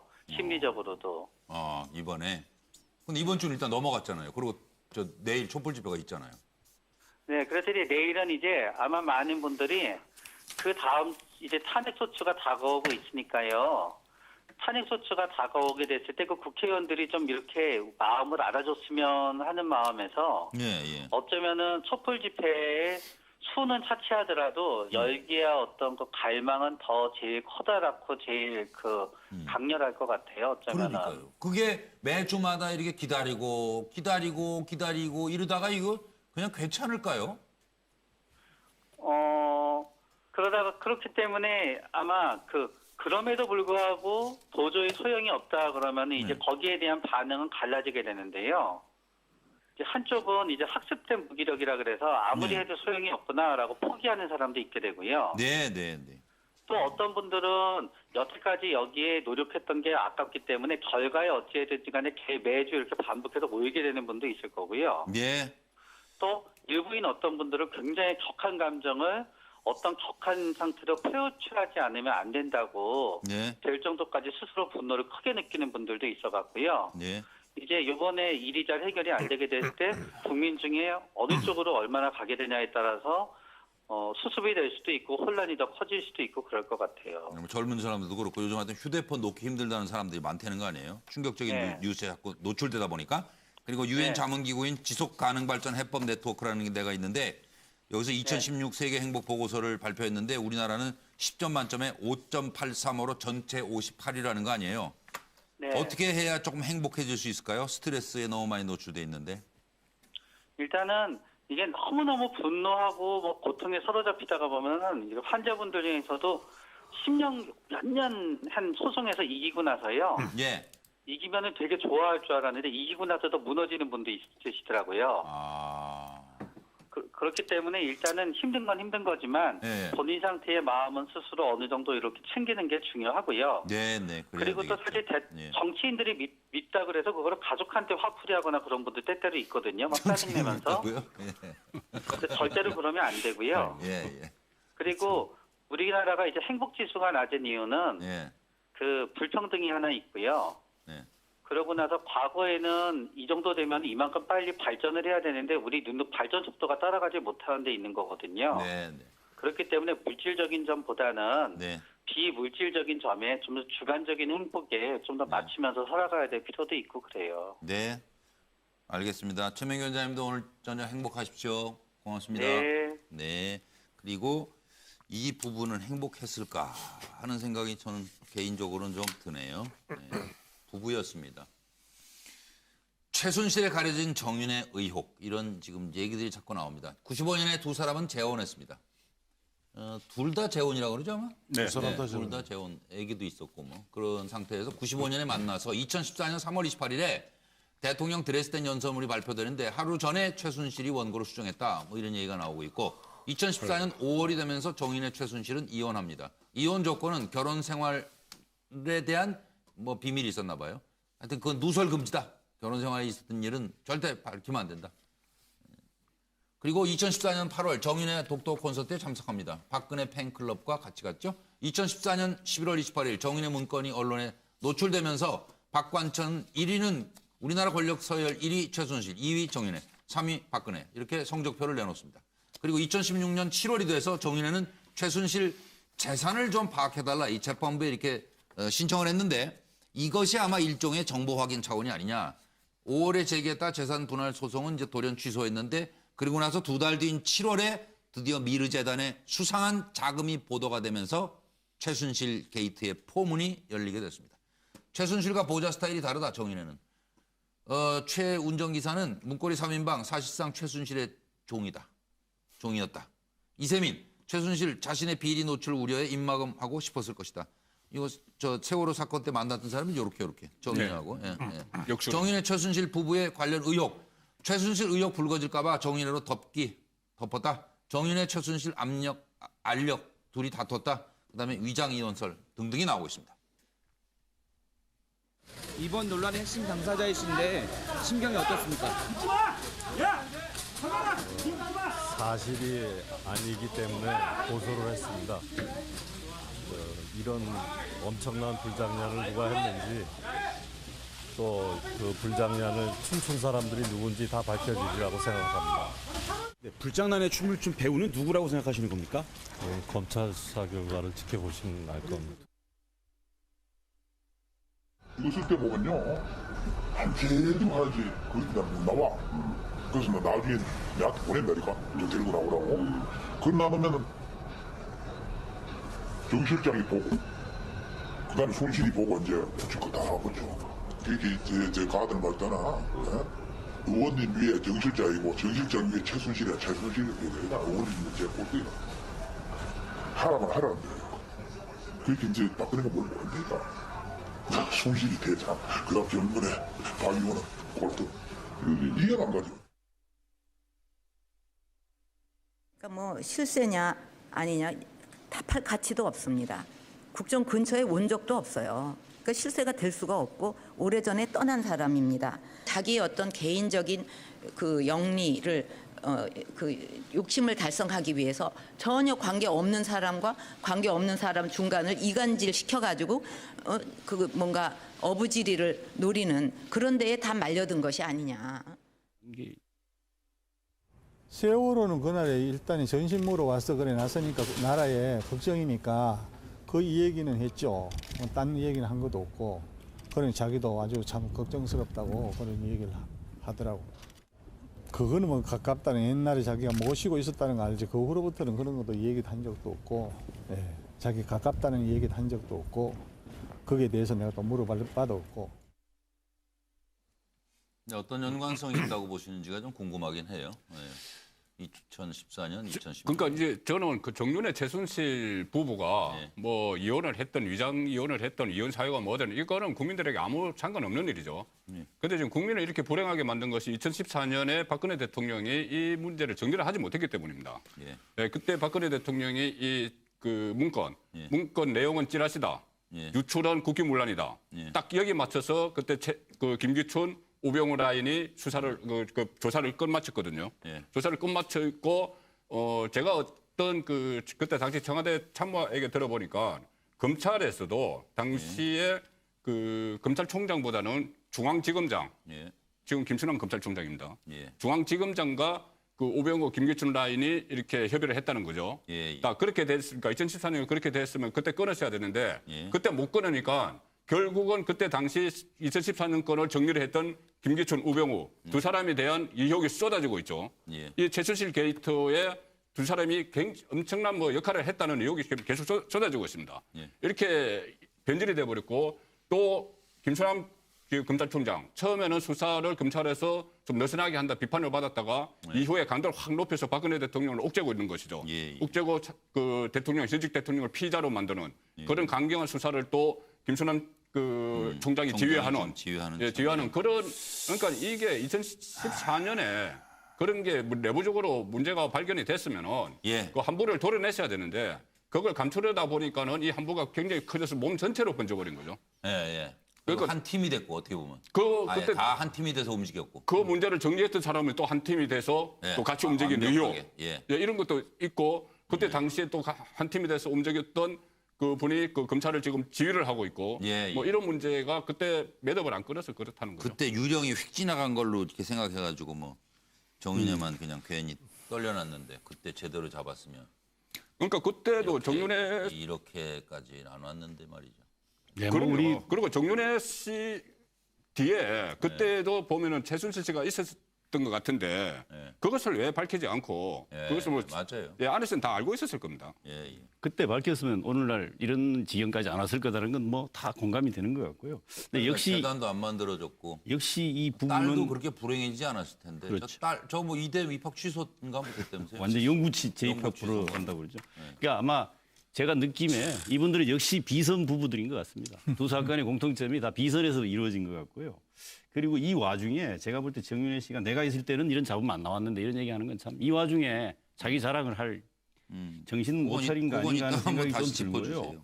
이게 중요해요. 그거. 권력 앞에 뭐 물론 부모 형제 뭐 이런 게 없던데 부부도 없는 것 같아요. 권력 앞에. 그렇네요. 이게 뭐 권력 다툼의 결과잖아요. 그리고 우리가 알겠지만 최순실 씨가 박근혜 대통령하고는 아주 오래전부터 부자 간에도 못 나눈 거죠. 실제 그런 사례가 부부 간에도 못 나눈. 그 말이 좋겠습니다. 그러니까 권력 앞에 부부 없다. 이걸 아주 실증적으로 보여준 하나의 사례가 아닌가 하는 생각이 들고요. 그 사실 저는 여기 3말씀만 더 드리고 싶은 건 앞으로 게이트라는 말을 이제는 안 썼으면 좋겠습니다. 왜냐하면 최순실 헌정 유린 사건이라고 좀 다시 명명하면 어떨까? 물론 뭐 게이트라는 말이 워낙 익숙하지만 정확히 그 미국 같은 데서 보면 우리가 워터게이트나 지퍼게이트 그러니까 한 부분의 부도덕성의 문제라든가 이런 걸 짚어서 얘기하지 않습니까? 그런 것들은 정확하게 도청 문제라든가 또 뭐 성스캔들 문제라든가 이런 때 게이트라고 아주 협소한 의미로 쓰는데 총체적인 지금 국정농단 사건 아닙니까? 헌법 자체를 이런 거는 온천지 게이트로 하든지 차라리 아니면 헌정 유린 사건으로 이렇게 다시 한번 불렀으면 하는 생각. 알겠습니다. 정승인 교수님 먼저. 저도 앞에 분하고 의견 똑같습니다. 지금 2014년도 정윤회 문건 파동 때만 하더라도 사실은 정말로 어느 의원 말씀대로 봉건 국가시대나 있던 그런 이야기인 줄 알았습니다. 일반 국민들은요. 그런데 그 당시에 사실은 아까 청와대라든지 이 사정 라인은 분명히 알았을 것 같습니다. 그래서 지금 우리나라처럼 제왕적인 대통령제에서 사실은 참모들이 너무 중요한데 이 참모들이 그 당시에 그런 문제를 처리를 하면서 분명히 매듭을 지었어야 되는데 결국 매듭을 짓지 못하고 이 사태가 왔다는 것은 분명히 사실은 거기에 계신 분들 과거로 하면 정말 간신입니다. 대한민국을 망친 것, 대통령이 무능한 것도 있지만은 그 무능함을 분명히 옆에서 직원들이 직언을 하고 분명히 뭐 싫은 소리가 분명히 많으셨다더라고요. 그럼에도 불구하고 그 부분을 막았어야 되는데 결국 같이 대통령의 어떤 무능과 동시에 그 밑에 있던 직원들의 어떤 사과 마음이라기는 그렇고 하여튼 자기 이익만을 추구했던 그런 마음이 대한민국을 현재 이 상태로 만든 것 같습니다. 그래서 저는 간신히 문제라고 생각합니다. 간신도. 정말 엄벌해야 됩니다. 2014년 정윤회 문건 파동 때만 하더라도 사실 저도 몰랐습니다. 그때 왜? 그때 기억나시죠? 박관천 당시 경정이 권력 서열 1위, 2위, 3위 얘기할 때 1위를 최순실로 얘기를 했어요. 그래서 설마 무슨 이 정도 생각을 했습니다. 자, 그것이 이제 2년 뒤에 최순실 게이트가 터져보니까 그 말이 맞네. 두 사건을 딱 맞춰보니까 당시에 지금 화면에 나오는 박관천 경장이 당시에 청와대에 있으면서 첩보로 조사를 했던 내용들이 딱 맞는 겁니다. 권력 서열 1위 최순실, 2위 정윤회, 3위 박근혜 대통령. 이 얘기가 어쩌면 맞을까? 그래서 결국은 정윤회 문건 파동과 최순실 게이트는 동전의 양면이다. 당시에 박관천 경정의 이 첩보 수사 핵심 내용은 정확했다라고 하는 사실을 말하고 있습니다. 근데 대한민국에서 사정의 중추는 검찰 아닌가요? 맞는 말씀이죠. 사정의 중추 전 검찰이고 대한민국에서 가장 정보가 빠삭한 데가 사실 범정이에요. 대검. 아니 검사님들이 보면 그렇게 보면 경찰을 좀 우습게 알죠. 그 박관청 경정이 저렇게 빠꼼하게 알 정도인데 대한민국 검찰의 중추는 사정의 중추 검찰은 뭐 하셨는지. 하여튼 어쨌든 간에 앞서 네 분 말씀하신 대로 2014년 정인의 문건, 2016년 최순실 게이트라고 하지 말라고 그랬죠. 최순실 국정농단 사건. 이건 보면 그야말로 우리나라 속담대로 호미로 막을 일. 호미로 못 막고 가래로 못 막고 있는 중입니다. 그러게요. 네, 예. 아까 그렇게 하니까 이번에 그 특검에서 발표하지 않았습니까? 그 김수남 총장을 비롯해서 정윤회 문건 사건 처음부터 들여다보겠다. 오늘 아마 발표한 걸로 알고 있습니다. 그래서 좀 명백하게 좀 이런 문제를 짚고 넘어가야 되지 않나 국민들한테 그렇습니다. 지금 다 저 정윤회 씨가 얘기한 거 이거 의미심장하지 않습니까? 내가 있을 때는 지금처럼 잡음이 없었다. 이런 말씀했어요. 들어보시죠. 이번에 그 유인돼가지고 지금 저렇게 문제가 생겼다면은 남편이 있었다면 막을 수 있었을런지도 모르죠. 못 그리게 했을런지도. 근데 우리 저 며느님이 조금 이렇게 강하게 하시는 건 있었나 봐요. 조금 박 대통령이 모시는 거에 있어서. 그런데 사람은 항상 한계가 있는 거 아니에요? 모든 사람이. 그 며느리가 더 아는 것도 있고 또 아들이 더 아는 것도 있고. 그래서 잘 생각해 보면 그냥 본인이 잘 있었으면 별일이 없었다는 얘기인가요? 이게 뭐예요? 본인도 2위인가? 저 2위죠. 저 서열 2위죠. 본인도 그 박근혜 정부 초기에 여러 가지 소문이 많았죠. 그 뭐 인사 개입 문제부터 해서 여러 가지 많았고 심지어 그 박지원 그 지금 비대위원장이 그때 만만해라는 명칭을 했죠. 뭐 이재만 그 박주만 또 정윤회 만만해라는 명칭을 할 정도로 그 뭐 이재만 씨야 뭐 그 청와대 안에 있었지만은 어쨌든 한 사람은 또 형제고 한 사람은 정윤회 씨인데 이 만만해에 포함시킬 정도로 엄청난 그 의혹들이 많았습니다. 근데 지금 생각해 보면 박지원 위원장이 정보력이 굉장히 뛰어난데 왜 만만해만 알고 최순실 씨는 또 몰랐을까 그 생각도 드는데 어쨌든 그러니까는 정윤회 씨는 이렇게 해도 그 최순실 씨처럼 어떤 미래재단, K스포츠재단 이 뭐 수백억짜리 이거를 만들어 가지고 조직적으로 그 돈을 뺄 생각 그런 거는 본인은 안 했다, 못 했다는 이야기죠. 본인이 주사를 안 맞아. 주사를 안 맞아서 거다. 안 걸린 거잖아요. 그런 건가요? 이 사람은? 고영태가 없지 않습니까? 고영태가 없어서 그랬네. 네, 고영태가 있었으면 태블릿 PC가 나갔을 아니 뭐 텐데. 성형 시술인가 병원 다니고 막 이러다가 최순실이 걸린 것 같아요. 저는 그래요. 아니 이 내가 있을 때는 지금처럼 잡음 나오는 일 없었다. 네, 그 얘기는 왜? 2위 조금만 기다리십시오. 특검 수사가 기다리고 있습니다. 특검 수사 받으셔야 됩니다. 보면 마침 박영수 특검 오늘 보니까 좀 일겠다, 이제 최태민 예전에 까마득한 40년 전에 그 최태민 일가의 재산 형성부터 그다음에 세월호 7시간 심지어는 사이비 종교까지 샅샅이 국민들이 의혹 갖는 부분 들여다보시겠다고 박영수 특검 얘기했어요. 그러니까 이 부분에 있어서 아마 저 정윤회 씨도 좀 보니까 아이고 본인은 태풍 비껴놨다고 지금 뭐 좀 그렇게 저렇게 하시는 모양인데 강원도에서 차 타고 어디로 사라졌다는데요 지금. 기다리세요. 그 말에 특검이 이 부분 정리 못하면요 특검도 못 믿어요. 왜냐하니까 특검은 세 가지를 파헤쳐야 됩니다. 첫째, 박근혜 대통령과 최태민, 최순실, 정윤회 그 최태민 일가 이쪽이 한 문제. 다음에 이들이 보면 그야말로 호작질을 할 수 있게끔 돈을 마구 대어줬던 대기업들. 세 번째, 그와 같이 시스템이 엉망진창으로 돌아가는데 망연자실하고 수수방관했던 검찰 등 사정관계자들. 이 세 가지를 갖다 다 들여다보지 않으면 국민들이 특검 수사 결과에 대해서 나중에 잘못하면 돌 던질 수 있습니다.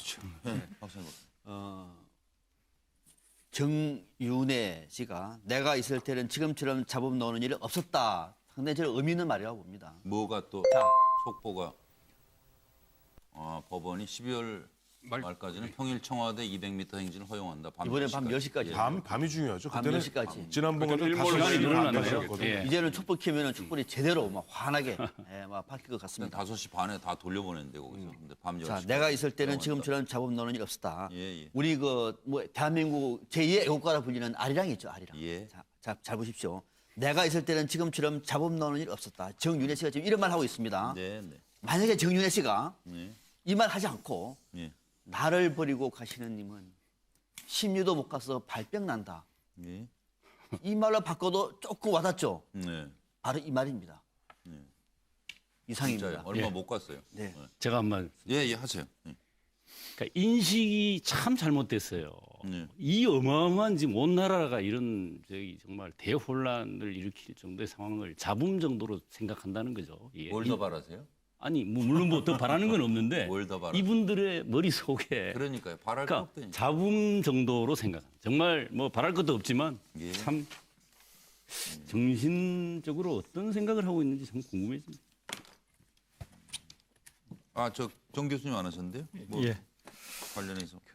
저도 마찬가지다. 잡음하는 말이 참 듣기가 굉장히 불편합니다. 사실은 이게 정말 대한민국 아까 순실증이라서 그 많은 우리 국민들을 우울증에 집단 우울증에 했는데 그것을 자기는 잡음으로 집에서 싸우는 잡음인 줄 아나 부부 그러니까요. 싸움하는 줄 그래서 아나. 뭐이 사람. 아마 본인도 뭐 불법을 했다 이렇게 거꾸로 해석할 수 있는 이야기 아닌가 하는 그런 그렇네요. 해석도 예. 아, 그리고 변호사는 이경재 변호사가 계속 뭐 이혼 소송도 맡았었잖아요. 그분이 계속 맡는 거잖아요, 지금.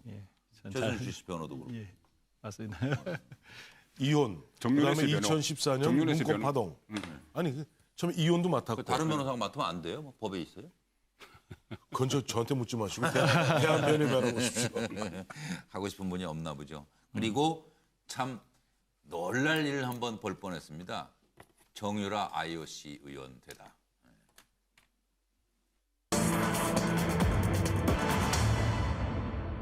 이게 최순실 씨의 꿈이었던 것 같아요. 정유라 IOC 위원 만들기, 최순실 일가 도대체 어디까지 무슨 꿈을 꾸었던 겁니까? 최순실과 그 일당들은 말도 안 되는 정유라 IOC 위원 만들기를 시도했다고 그럽니다. 도대체 왜 이런 일까지? 그 이유가 뭐예요? 이유가 뭐라고 생각하세요? 이거 한번 말도 안 되는 정유라 IOC 위원 만들기가 가능한 이유. 김종 전 차관. 이 사람이 문화체육관광부 차관이었어요. 박태환이 올림픽에 나가지 않을 경우 기업의 스폰서를 받도록 해주겠다. 그리고 박태환 모교 단국대 교수해야 될 것 아니야? 거의 뭐 협박을 받았다는 거 아니에요? 박태환 선수는? 그리고 박영선 의원이 바로 이 얘기를 합니다. 정유라 IOC 위원 시키려고 박태환을 막았다. 그런 거 아니냐? 박태환은 그냥 무조건 높은 분이니까 무서웠답니다. 정유라와 관련해서는 2013년 3월에 상조 승마대회에서 2등을 합니다. 몽땅 잡혀갑니다.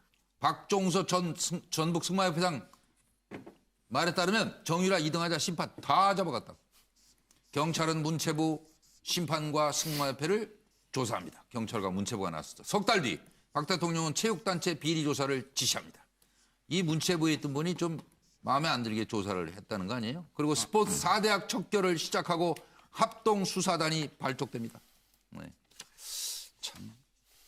그리고 정유라는 지금은 패닉 상태. 네, 들어보시죠. 지금 박태환 선수를 올림픽 출전을 못하게 김종 전 차관이 이런 식으로 협박한 이유가 바로 그 조윤선 장관과 사진 찍은 문제의 정유라를 IOC 위원을 만들기 위해서 경쟁자를 제거하기 위한 플랜 중에 하나였다는 거예요. 그래서 우리 대한민국에서 IOC 위원이 될 수 있는 명망 있는 체육 선수들을 하나씩 제거시키기 위한 플랜이 가동되고 있었다는 거죠.